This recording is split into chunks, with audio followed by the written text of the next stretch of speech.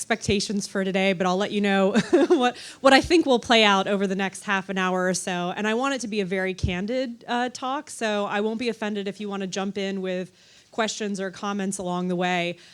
First of all, let me just give you some background as to who it is speaking in front of you right now. So my name is Alicia Syrett. I am a full-time angel investor, and I spend a lot of time working with female entrepreneurs. So that's the perspective that I hope to share with you. My own background was that I was an entrepreneur myself. I was the first employee and CAO of what we grew into a multi-billion-dollar private equity firm. And it sounds a little glamorous, but it really wasn't. It was like drinking from a fire hose. And if you're an entrepreneur, you know exactly what I'm talking about. We had 60 employees in the first 6 months. We launched simultaneously in New York, London, Mumbai, and Hong Kong. And it was doing everything from raising money for the funds to figuring out the coffee makers in the offices and deciding on leases and figuring out employment contracts, the whole kit and caboodle. And that was what really inspired me to stay working in the startup world for the rest of my career. So about 5 years ago, I started my own company, Pantegrion Capital, and it's basically a vehicle for my own investments. And fast forward now, I sit on the board of New York Angels, which is one of the most active angel groups in the country.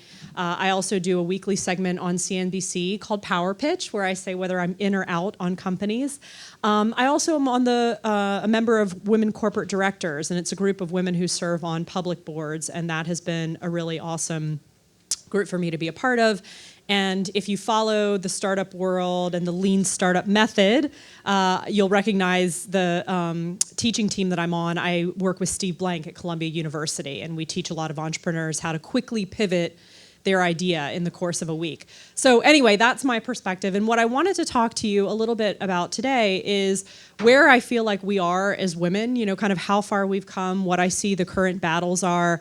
I also want to talk about the true importance of women entrepreneurs. I'm probably preaching to the choir if you're here in this room listening to me, but I want to talk about it from a biased perspective. And then finally, I'm happy to share some of my tips I have, for women entrepreneurs, specifically for women in business generally. And like I said, I want it to be a candid conversation. So if you have questions along the way, feel free to jump in.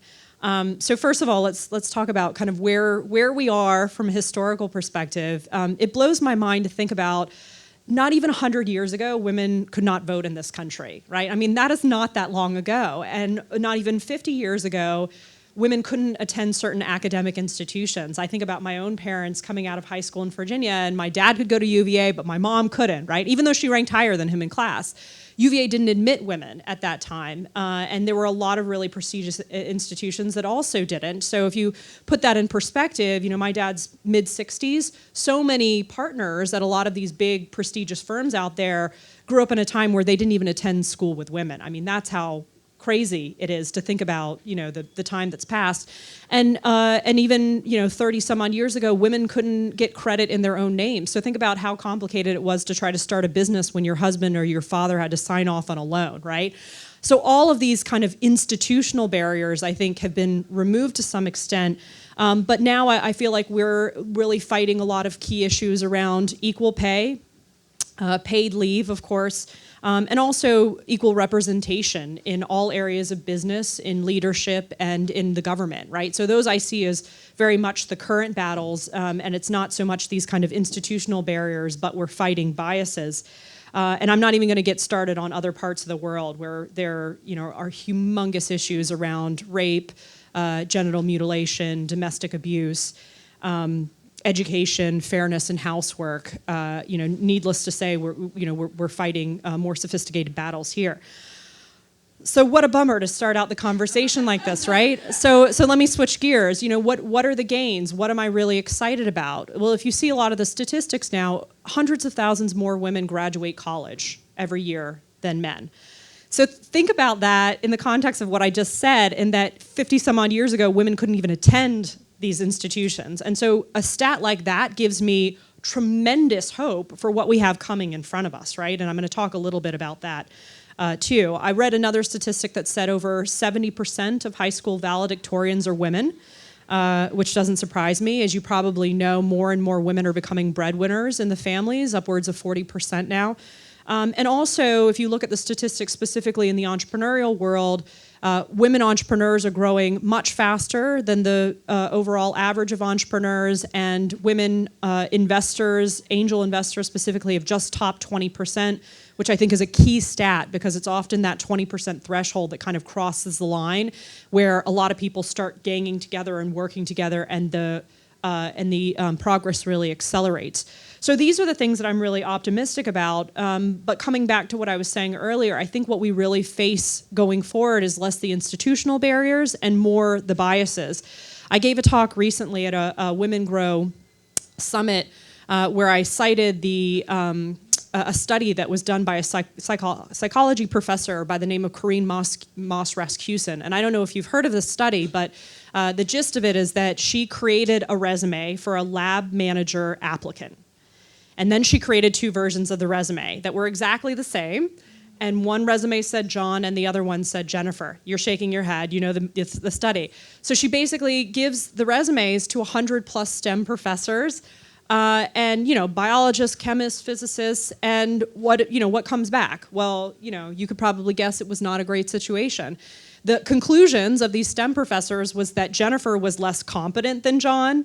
They were less willing to mentor Jennifer. They recommended paying Jennifer less. I mean, this is crazy, right? These are the exact same resumes. And so this is the kind of battle that we fight nowadays. It's this unspoken bias. It's this unspoken discrimination that you can't quite put your finger on, but it's there, and this is what's holding you back, and it's really hard to address because you can't confront it. Some other studies which kind of back this up is, it wasn't until they instituted blind auditions in orchestras that women started becoming larger and larger forces in them, because they used to make up crazy excuses. It was like, oh, well, the women can't blow the equipment as hard, or it was just ridiculous. And it was only once they instituted the blind auditions that the women, it became a meritocracy. You probably also read a study around women coding where their code was rated better until they found out, the gender behind it, and then it was rated worse. I also read a really disturbing study that talked about teachers grading young girls in math, and when they knew it was a girl, they graded them worse.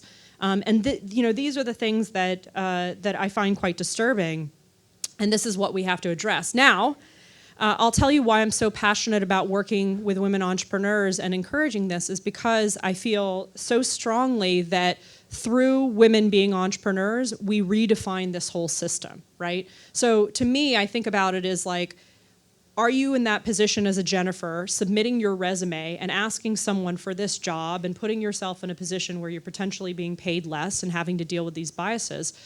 Or are you, hopefully, if this is maybe your passion, and if it is, I encourage you to follow it, are you putting yourself in a position where maybe you can redefine the rules yourself? Maybe you can start a company where from the start, it's much more diverse. When you create your board of advisors, you create your board of directors, it's going to be much more diverse. You will likely create a culture, my guess is, that will be a lot more tolerant of different cultures, a lot more supportive of women with paid leave, and a lot more cognizant of equal pay. And so that's one of the reasons why I think it's so powerful, because I think from a grassroots level, this is how you redefine the system. Not to mention the fact that, with that economic power and influence also basically accelerates that change. So I want to talk a little bit about that too. I saw a statistic that talked about when the pay gap sets in, and I don't know if you've seen this too, but it basically said that the pay gap for women sets in a few years out of college. And so some of the advice that I've often given young women is, look, you can start a company or get a good employment lawyer, because the way I see it is like you really have to make sure you're protecting yourself. Another reason I always tell people is like, look, if you're not following your own dream, you're executing on someone else's. And so that's something to really think about in that way too. If you're working for someone who doesn't treat you well, they do not deserve you. And so if there's something deep within you that's telling you, maybe I'm destined for something bigger, remember that too, is that you're working so hard for someone oftentimes that may not deserve you. That may not be the case, but I'm just saying, if there's that inkling within you, then that's quite another reason to do it. And finally, I know there's a lot of talk around this, but I'm a huge proponent of doing what you love. And I think only through doing that can you really be the best that you can be. So I hope that if you haven't already decided to pursue that path, that you'll kind of be inspired and be surrounded by a group of very supporting women and hopefully pursue that. If that is not for you, that's totally okay too. One of the things I like to talk about also is how we can all support each other, whether we decide to be entrepreneurs or not. So let me just give you some thoughts around this. One of my mantras in life generally is your dollars and your actions are your votes. And by that I mean that we are truly so empowered in everything that we do, all the decisions that we make and how we spend our money. And so I want to give some examples of how we can think about this to really kind of support and empower women around us. First of all, the next time you have a choice around a service provider, let's say that you are starting a company or you're going out and you need to get in a lawyer or an accountant, or maybe you're choosing your next doctor, or maybe you're seeing a trainer, or whatever the case may be. Every time you think about choosing business, think about whether you can choose a woman, because you are empowering her business. You are helping support her. You're helping grow her business.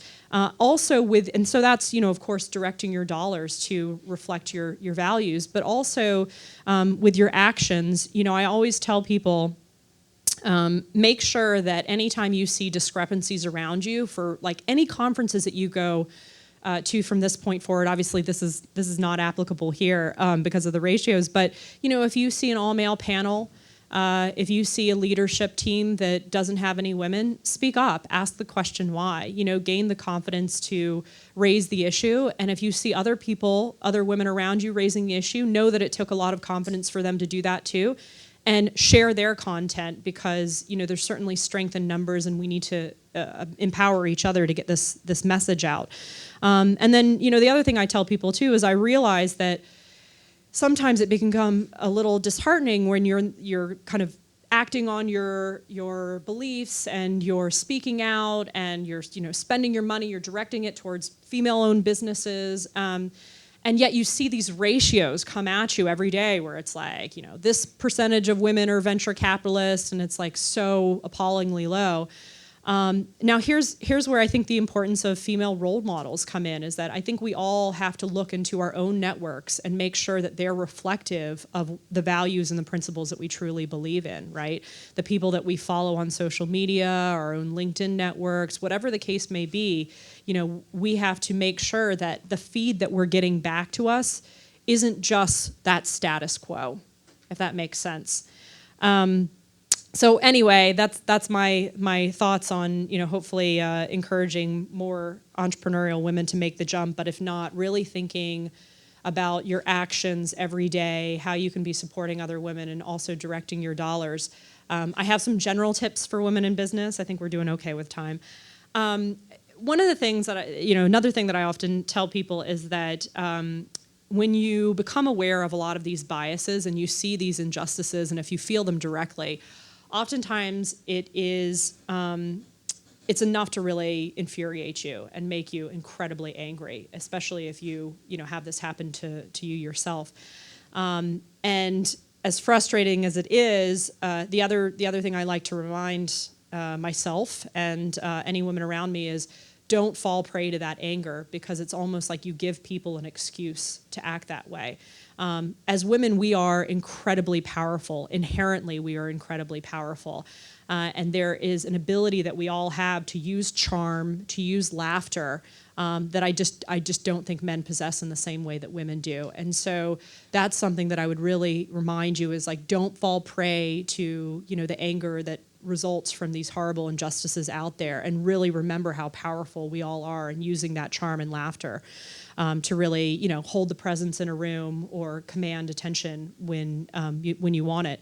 The other thing, and I know you've probably heard some of these before, but they're worth repeating, power posing, it definitely works. I'm always cognizant of not folding my arms in that defensive stance, and if I'm standing in a group, making sure I'm kind of holding a pose.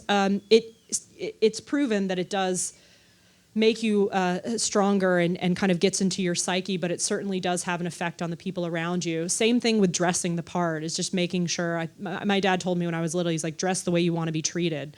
And I think he was just telling me not to be a bum when we went out shopping. But but I think there's truth to that too. And so I think, we do have a bigger onus on us, whether it's fair or not, to, dress the part in certain occasions. And so I think we should never lose sight of that. Again, you've probably heard not to say sorry.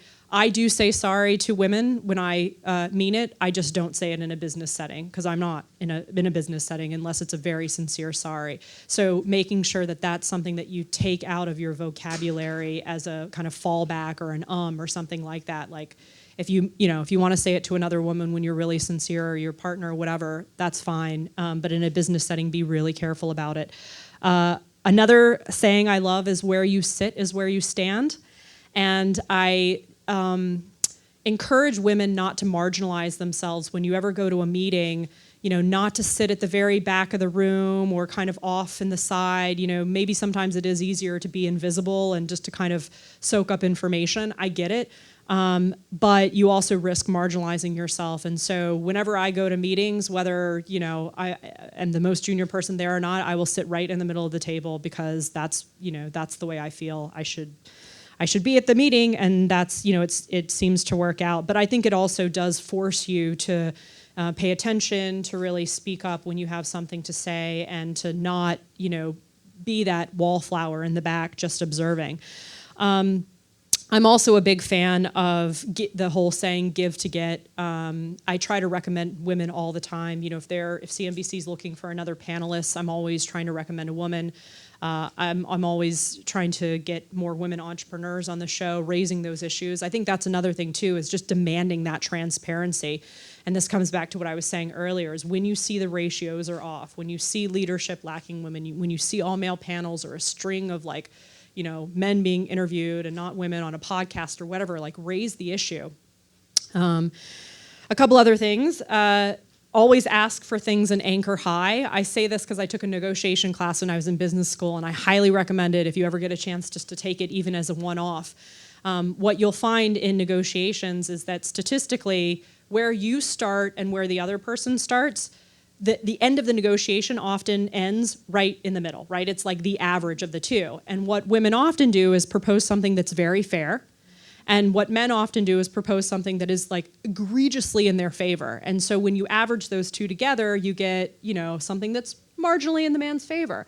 And so I think the lesson learned from this, and especially if you've ever gone through a negotiation, the great thing about doing it in a class is that you're not losing something in the process of the exercise, other than maybe just a bit of your pride in learning the lesson to never have it happen again.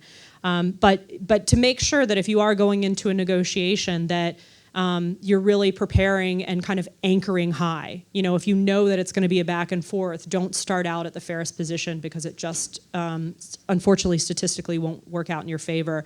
And ask for things. I tell people this all the time. Oftentimes women just don't ask for things as much, and whether that's grabbing coffee with someone, or advice, or feedback, or help, or whatever it is, getting over that fear of asking for things, and getting to a position where you're more knowledgeable or you're getting more help. So I have 10 minutes left. The only other things that I really wanted to stress were, now that I've kind of given you tons of this business feedback, whatever you do along your journey, I just hope that you do what you love, and you don't forget to sleep well, eat healthy, make time for friends and family and love, and exercise, of course.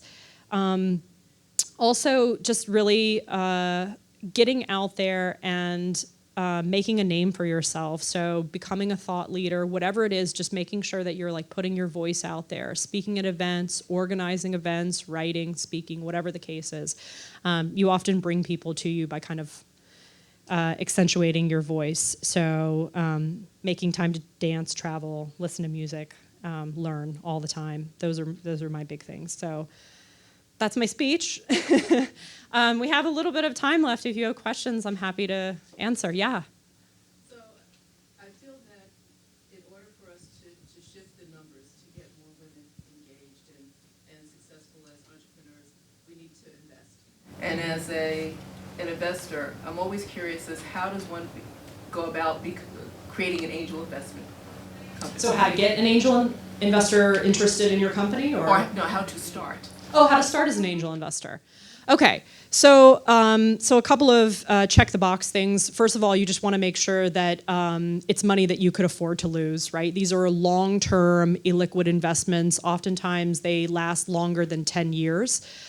So you kind of have to go into it with the thought that it's just not something you're living on. If it works out, great.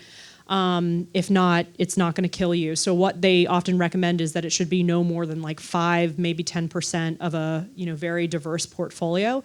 The other things, and again, more check the box, and then we'll get into logistics, but you want to make sure that you have a diverse portfolio. So if you do wind up angel investing, the studies prove that you need at least 20 investments to get the kind of returns, i.e. Upwards of 25% IRR.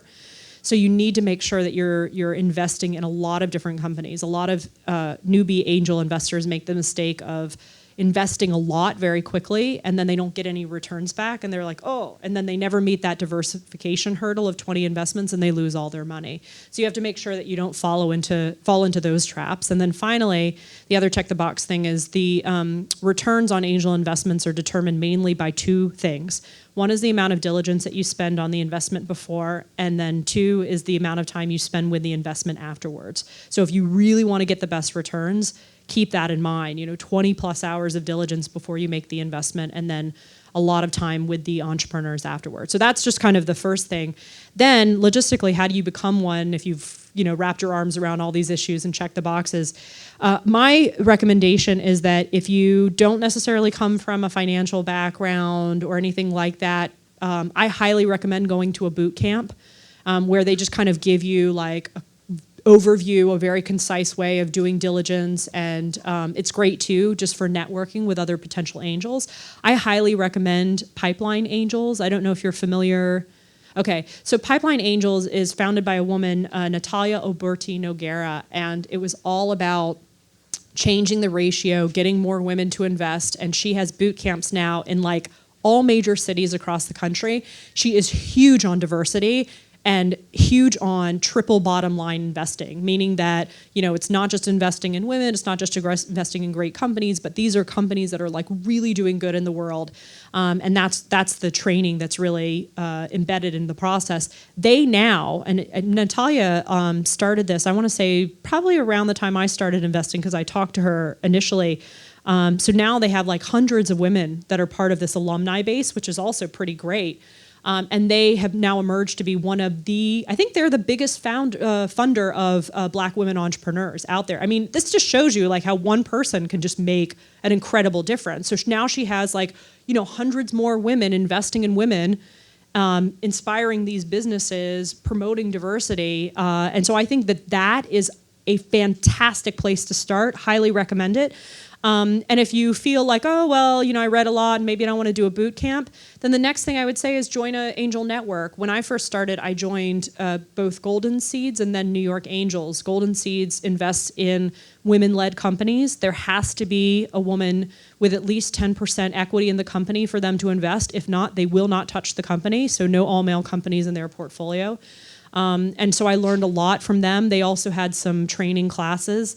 And then I learned from New York Angels, but the best way to learn is just to kind of put money to work and do diligence with your colleagues and learn from them and work with the entrepreneurs, and that's the best way. But I think if you're just starting out, either going through a boot camp or going to an organized angel network where you have that like camaraderie and set schedules and demo days and presentations where you can just kind of piggyback onto it.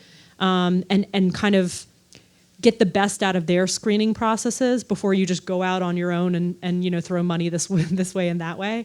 Those are the best ways to do it, I think, in my opinion. Yes. Hi, Alicia. Thank you for coming out. Thanks for coming to this room versus others. My name is Vicky Tirado, and I'm asking a question on behalf of MetaBronx, which is the first accelerator for minority and women-owned businesses in the Bronx. Okay. And so what is a common thread that you find in the businesses that impress you the most? Okay, so there's a number of different things, and in no particular order of preference. First of all, whenever we see companies present, it's always in a group of tons of other companies. So for New York Angels, it's screening, we see 10 companies through that morning. And so, to be quite honest, some of it's relative to other companies, right? When you look at companies, what they're supposed to put in like a pitch deck, for example, a lot of the big things that they ask you to address are things like traction, what the milestones are that you've reached to date, what your financial historical results have been, what the projections look like going forward, who's part of the team, what your competitive advantage are. So all of these things are basics. And by the way, I have a post on what should be in a pitch deck. I won't go into detail on that, but it's on LinkedIn if you want it. The point is that these are the main criteria that companies are judged on. And so it's really on a relative basis, how do you stand out versus your peers? So for traction, for example, it's like, well, how, if you're acquiring users, like how many more users have you acquired versus other companies out there? If you're generating revenues, how much revenue have you generated versus others out there? How much do you need the money versus like how much is the money coming in to accelerate growth? How strong is the team? A lot of investors prefer 2 people or more on the team, and a lot of them won't invest unless there's someone with tech chops on the team.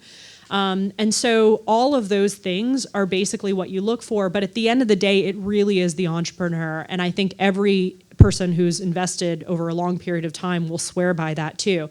And so some of the big red flags there are, you want an entrepreneur that is coachable.